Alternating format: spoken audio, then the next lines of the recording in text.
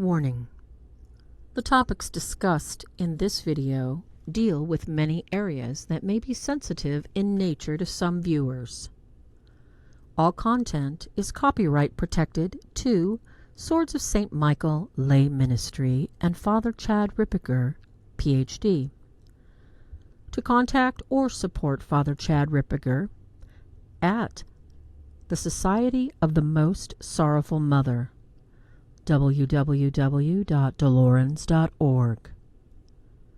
This information is presented for education purposes with the express intent to aid the viewer in understanding spiritual warfare based on Thomistic teachings, deliverance, current church practice, and the office of exorcism. Peace and good. Sister Fr, OFS, OSDE. Okay. Those four signs are, the first one is an aversion to what is sacred. But I don't take that personally as an ironclad sign that a person is possessed. And the reason I don't take it is because you can have someone who has a psychological condition in which they have aversion to things that are sacred.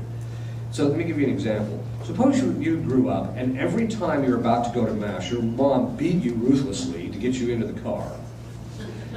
Well, when someone suggested maybe you should go to Mass, this guy is going to go back in here. It may not remember the specific beatings, but it's going to think to yourself, oh, Mass is bad, because you're going to get beat. Okay. So the point is that you can have a psychological aversion, so it's not an ironclad one.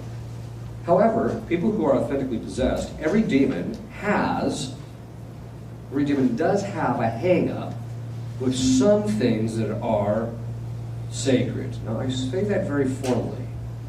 People have this misconception: if you're possessed, you wouldn't be able to receive communion. That's just nonsense. Because certain demons can tolerate some things and not others. They don't like them, they have an aversion to them, but they can tolerate them. So one demon I know of, you can give the woman the Eucharist, you might react a little bit, you give her the precious blood, and that guy just craters. Or other demons, they can tolerate the Eucharist. They can even tolerate the person going to confession.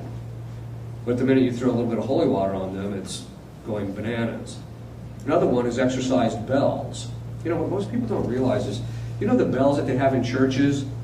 Historically, those bells were actually exorcised so that every time the bell was rung, it would resound into the area and literally drive the demons out of the area. That's what they were for. So, I have this one demon, I call it manifestations on demand. Because all you have to do is, even if the woman doesn't even see you have the bell, you just have to ring a bell that's been exorcised. Ding! Boom! This guy immediately, out he comes. Right? She calls it Jack in the Box. Okay?